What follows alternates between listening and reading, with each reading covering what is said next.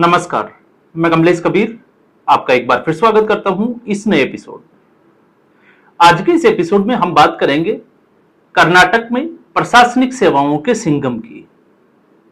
एक सिंघम जो मूवी में हीरो बना था और दूसरा असल जिंदगी में हीरो। 23 साल की उम्र में आईपीएस परीक्षा पास करना और उसके बाद में कर्नाटक केडर में लगभग 11 साल तक सेवाएं देना। 2020 में प्रशासनिक सेवा को छोड़कर राजनीति ज्वाइन करना और फिर राजनीति में अपने आप को स्थापित करना। यह नाम है के अन्नामलाई। और के अन्नामलाई ने आज भारतीय जनता पार्टी के मेंबर से आप कह सकते हैं प्राथमिक सदस्यता से इस्तीफा दे दिया। एक तरीके से भारतीय जनता पार्टी के लिए बड़ा झटका। और भारतीय जनता पार्टी के लिए बड़ा झटका क्यों है, हम उसकी भी बात करेंगे। हालांकि देश की नहीं, दुनिया की सबसे बड़ी पार्टी है। संगठन स्तर पर किस तरीके से काम करती है पूरे देश ने देखा है। लेकिन बड़ा झटका इसलिए है क्योंकि एक आप बात कर सकते हैं कि के अन्नामलाई के भारतीय जनता पार्टी के छोड़कर जाने से जो इतनी बड़ी पार्टी है उसको क्या फर्क पड़ेगा। तो उसको क्या फर्क पड़ेगा, हम उसकी भी बात करेंगे। लेकिन उस पे बात करने से पहले पिछले कुछ सालों का अनुभव, जिसको हम कहें राजनीतिक तौर पर, भारतीय जनता पार्टी की जो छवि है वो एक तरीके से हिंदुत्व की छवि, या आप कह सकते हो कि हिंदू राष्ट्र और दूसरा राष्ट्र सर्वोपरि, यह छवि जो है वो लगातार बनती जा रही है। और जब जब भारतीय जनता पार्टी ने इसमें ढील दी तब तब भारतीय जनता पार्टी को नुकसान हुआ। 2024 के लोकसभा चुनाव में भारतीय जनता पार्टी सबका साथ, सबका विकास और सबका प्रयास, एक तरीके से सबको जोड़ने के लिए सॉफ्ट हिंदुत्व की राजनीति पर आई तो भारतीय जनता पार्टी को नुकसान हुआ। भारतीय जनता पार्टी 240 सीटों पर आ गई। लेकिन इससे पहले 2019 के विधानसभा चुनाव से आप देखोगे तो राम मंदिर का अहम मुद्दा और उसके बाद जिस तरीके से एयर स्ट्राइक की गई पाकिस्तान में, इन दोनों की वजह से भारतीय जनता पार्टी 2014 के मुकाबले ज्यादा सीटों पर जीत हासिल की। तो जब हम बात करते हैं 2024 के लोकसभा चुनाव की, तो उसके बाद में अचानक से योगी आदित्यनाथ का एक आगरा की रैली में दिया हुआ भाषण, बटोगे तो कटोगे, और आक्रामक भाषण जिसको हम कहें, उसके बाद से भारतीय जनता पार्टी किसी भी राज्य में, जब भारतीय जनता पार्टी ने यह ठान लिया कि वो सत्ता में आना है, तो उसके फायर ब्रांड नेताओं में अगर आप देखोगे तो इस वक्त कौन है, तो इस वक्त योगी आदित्यनाथ, देवेंद्र फडणवीस, आप बात कर सकते हैं शुभेंदु अधिकारी और हेमंता बिस्वा शर्मा। अकेले जो है वो भारतीय जनता पार्टी को क्लीन स्वीप की तरफ लेकर जा रहे हैं। इससे आप अमित शाह, नरेंद्र मोदी, आप उनको नजरअंदाज नहीं कर सकते। लेकिन इन लोगों की अपना जो है वो एक छवि बनी हुई है फायर ब्रांड नेता की। तो अगली उम्मीद की जा रही थी दक्षिण राज्यों में के अन्नामलाई से। लेकिन सवाल ये उठता है कि के अन्नामलाई ने भारतीय जनता पार्टी क्यों छोड़ी। क्या के अन्नामलाई ने सही किया? तो एक तरीके से अगर आप देखोगे तो के अन्नामलाई का यह सबसे सही डिसीजन साबित हो सकता है। क्यों हो सकता है? क्योंकि 2020 में जब पहली बार भारतीय जनता पार्टी की सदस्यता हासिल की और 2021 में जब जेपी नड्डा राष्ट्रीय अध्यक्ष थे भारतीय जनता पार्टी के, तो तमिलनाडु का अध्यक्ष बनाया गया के अन्नामलाई को।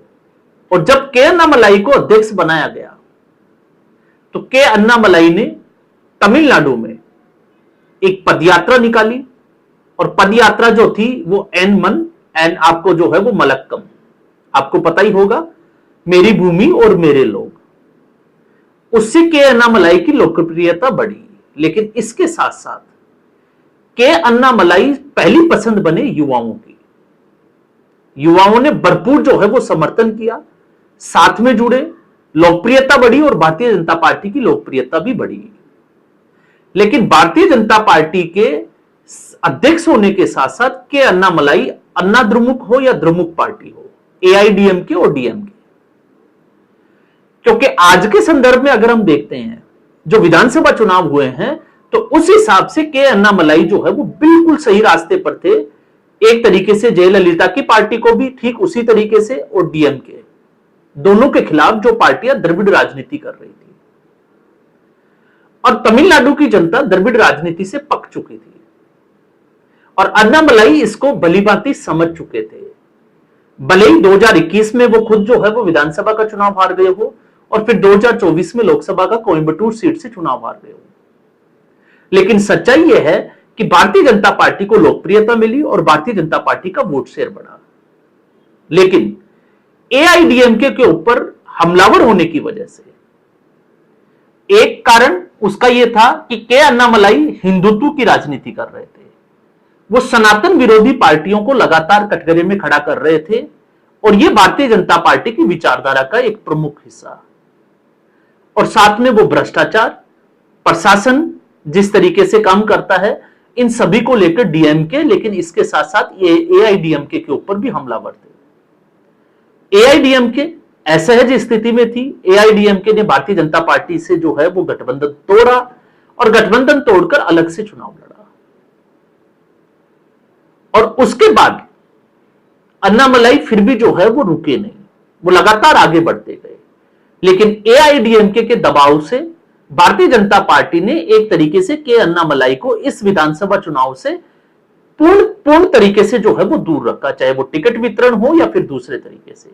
एक ऐसा व्यक्ति जो 5 साल तक भारतीय जनता पार्टी का अध्यक्ष रहा हो, जिसकी छवि जो है वो सनातन विरोधी के जो है उनके मंसूबों पर पानी फेरने वाली, उनके ऊपर आक्रामक रणनीति बनाने वाली, और ये उस क्लब में शामिल करती है जिस क्लब में योगी आदित्यनाथ हो, हेमंता बिस्वा शर्मा हो या फिर देवेंद्र फडणवीस हो, और अब आप बात कर सकते हैं शुभेंदु अधिकारी की। लेकिन भारतीय जनता पार्टी शायद उसको जो है वो समझ नहीं पाई, या फिर भारतीय जनता पार्टी की रणनीति जो है वो कुछ अलग थी। तो भारतीय जनता पार्टी ने एआईडीएमके के साथ वापस गठबंधन किया और एआईडीएमके की क्या असर हुआ वो आप सबने देखा। लेकिन भारतीय जनता पार्टी को इस गठबंधन से कोई फायदा नहीं हुआ।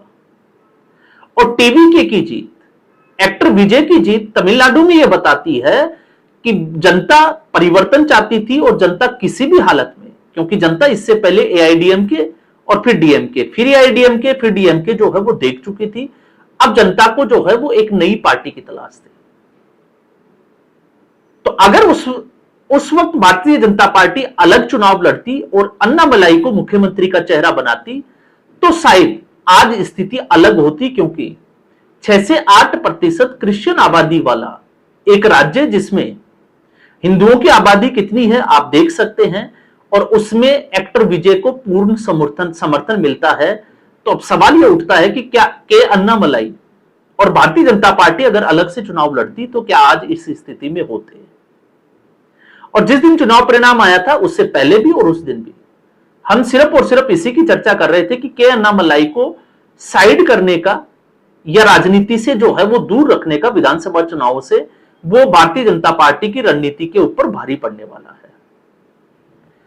तो उस परिवर्तन को आप कह सकते हो, उस मौके को बुनाया टीवीके ने। अब अन्नामलाई को लग रहा है कि भारतीय जनता पार्टी को छोड़कर हो सकता है वो अलग से पार्टी बनाए, चुनौतियां काफी होगी, लेकिन एक चीज जो है वो समझनी चाहिए, और वो शायद समझ में भी आ रही है कि तमिलनाडु में एक स्पेस क्रिएट हुआ है राजनीतिक तौर पर, और वो स्पेस ये कहता है कि टीवीके के अलावा अगर कोई दूसरी पार्टी का विकल्प है तो फिर वो कौन है। तो डीएमके और एआईडीएमके तो नहीं हो सकता। तो ऐसी स्थिति में एक नई पार्टी अन्नामलाई बना सकते हैं। अन्नामलाई, उनकी लोकप्रियता, उनकी छवि, सोशल मीडिया, यूथ में उनका क्रेज, वो साफ तौर से देखा जा सकता है। चुनौतियां भी होगी कि वो किस तरीके से आगे बढ़ते हैं, किस तरीके से अपनी पार्टी का ऐलान करते हैं, किन लोगों को अपने साथ जोड़ते हैं, वो एक अलग चर्चा का विषय होगा। लेकिन आज वो दिल्ली पहुंचते हैं, भारतीय जनता पार्टी के हाईकमान आप कह सकते हैं, उनसे मुलाकात के बावजूद वो नहीं माने। इससे आपको समझ में आ गया होगा कि इसी विधानसभा चुनाव को जब हम बात कर रहे थे, एक वीडियो भी हमने जो है वो उस वक्त बनाया था, तब भी हम जो है वो लगातार ये कर रहे थे कि क्या के अन्नामलाई जो है वो भारतीय जनता पार्टी छोड़ सकते हैं। क्यों छोड़ सकते हैं? उसके कई कारण थे और उसके बाद उसको मजबूती मिलती है जब तीन भाषा जो एक नया जो है वो भारतीय जनता पार्टी का प्रयोग था उसका खुलकर विरोध किया और उस विरोध में के अन्नामलाई खड़े दिखाई दिए और उसी वक्त यह साफ हो गया था कि के अन्नामलाई अब भारतीय जनता पार्टी छोड़ने वाले हैं। अब सवाल यह उठता है कि भारतीय जनता पार्टी की आगे क्या रणनीति। तो भारतीय जनता पार्टी को इसका नुकसान झेलना पड़ेगा और झेलना इसलिए पड़ेगा क्योंकि यह वैक्यूम जो क्रिएट किया है एक्टर विजय की पार्टी ने, उसको शायद भारतीय जनता पार्टी भुना सकती थी पश्चिम बंगाल की तरह, लेकिन उससे चूक गई। और उससे किस तरीके से चूक गई? क्योंकि एआईएडीएमके पहले से ज्यादा कमजोर हो गई। लोग द्रविड़ राजनीति को अब पसंद नहीं कर रहे। तो भारतीय जनता पार्टी और भारतीय जनता पार्टी के पास क्या अन्नामलाई जैसा कोई दूसरा लीडर मिल सकता है, उसमें अभी जो है वो समय लगेगा। तो अन्नामलाई जैसे लीडर को खोने का भारतीय जनता पार्टी को नुकसान भुगतना पड़ेगा, यह साफ तौर से दिखाई दे रहा है। और के अन्नामलाई चुनौतियों से परे किस तरीके से, क्योंकि वो जिस तरीके से सोच रहे हैं उनको भी लग रहा होगा कि एक्टर विजय की नई पार्टी को अगर सफलता मिल सकती है तो के अन्नामलाई जो 2020 से राजनीति में सक्रिय हैं, सड़कों पे उतरकर वो यात्राएं कर चुके हैं, जनसभाएं कर चुके हैं और विशाल जन समर्थन। और इस वक्त तो स्थिति ये बनी हुई है कि तमिलनाडु में के अन्नामलाई को लेकर पोस्टर वार या पोस्टर लगना भी शुरू हो चुके हैं। और इससे साफ होता है कि के अन्नामलाई राजनीतिक तौर पर अपनी पार्टी बनाएंगे और हो सकता है 4-5 महीने, 6 महीने या साल भर में जो है वो नई पार्टी लॉन्च करें। अब उसका जो है वो विचारधारा क्या होगी, उसके मुद्दे क्या होगा, उसका एजेंडा क्या होगा, वो के अन्नामलाई को तय करना है। तो इस एपिसोड में फिलहाल इतना ही। उम्मीद करूंगा वीडियो एपिसोड आपको पसंद आया होगा। वीडियो को लाइक करें, शेयर करें, चैनल जरूर सब्सक्राइब करें। धन्यवाद।